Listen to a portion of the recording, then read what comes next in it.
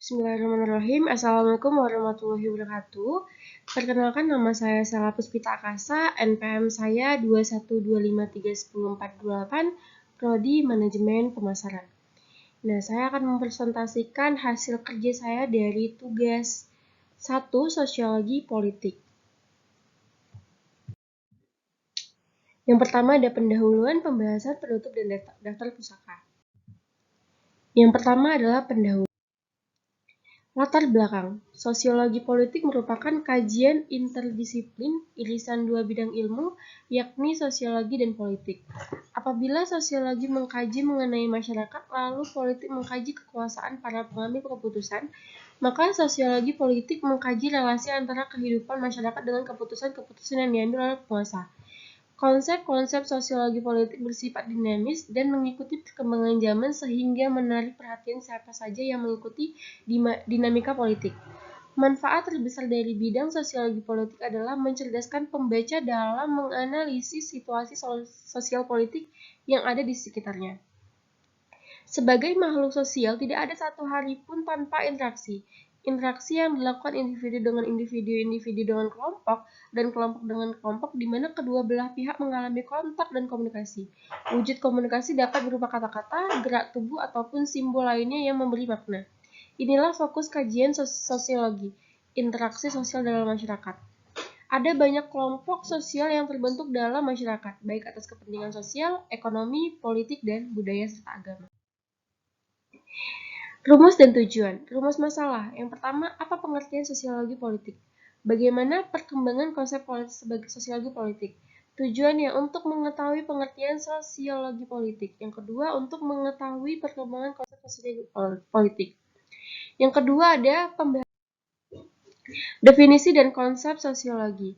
Secara etimologis, kata sosiologi berasal dari bahasa Latin, yaitu socius dan logos. Socius artinya masyarakat dan logos artinya ilmu. Jadi sosiologi adalah ilmu tentang masyarakat.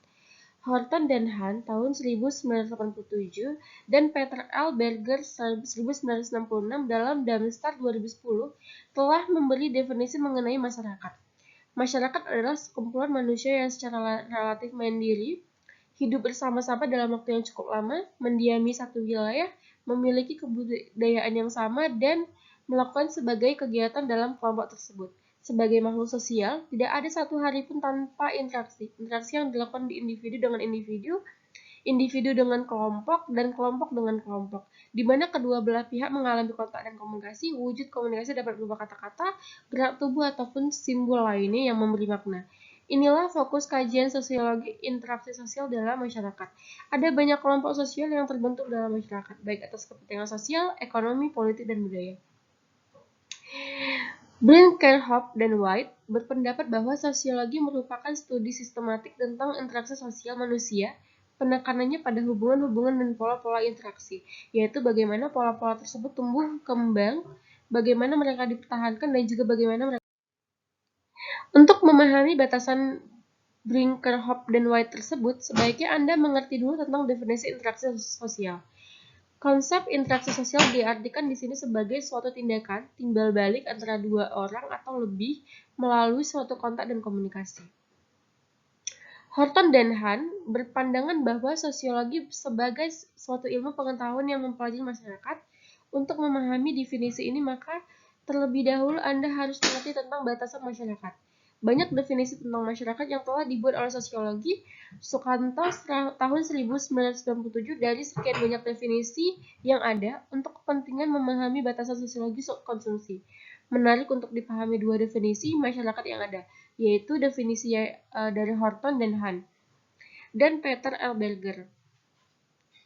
Horton dan Hahn mendefinisikan masyarakat sebagai sekumpulan manusia yang hidup bersama-sama cukup lama, yang mendiami suatu wilayah mandiri, memiliki kebudayaan, melakukan sebagian besar kegiatan dalam kelompok tersebut. Definisi Horton dan Hahn diberi penjelasan tambahan kecuali kontennya. Rocek dan Warren mengemukakan bahwa sosiologi adalah ilmu yang mempelajari hubungan antara manusia dalam kelompok-kelompok. Salo Sumarjan dan Solomon Sumardi menyatakan bahwa sosiologi itu ilmu masyarakat adalah ilmu yang mempelajari struktur sosial, dan proses-proses sosial, termasuk perubahan-perubahan sosial.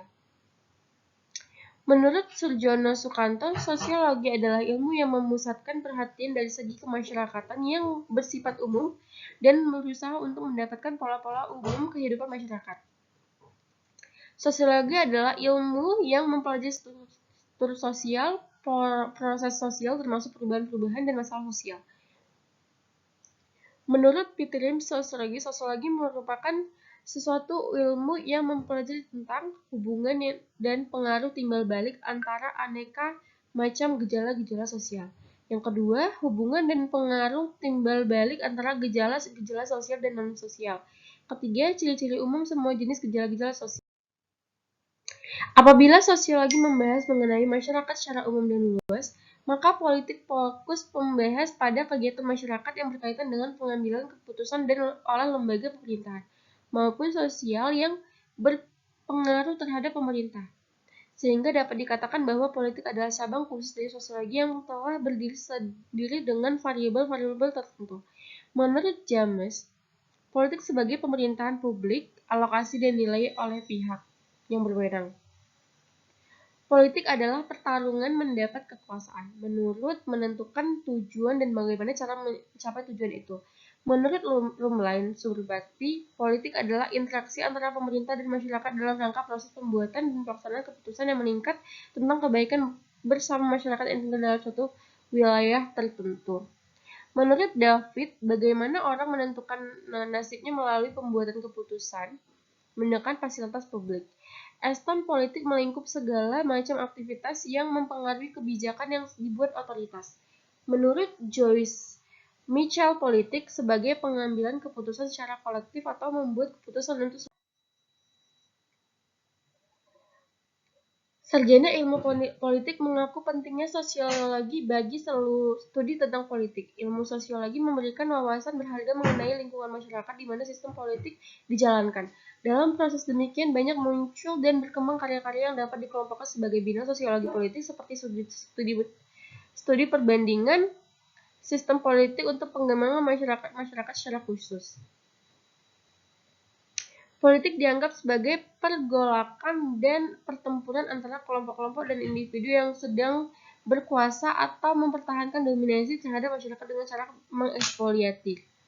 Sedangkan individu dan kelompok yang dominasi tindak ekspoliatif tersebut, di sini politik merupakan sarjana untuk mempertahankan kelompok minoritas dari dominasi kelompok mayoritas. Politik juga dipandang sebagai suatu menegakkan ketertiban dan keadilan. Part 3. Sosiologi politik adalah ilmu yang mempelajari masyarakat di mana di dalam terdapat proses dan pola interaksi sosial dalam hubungan dengan politik. Masyarakat menuntut individu untuk melakukan kegiatan politik berdasarkan norma, etika adat, dan hukum yang berkembang dalam masyarakat.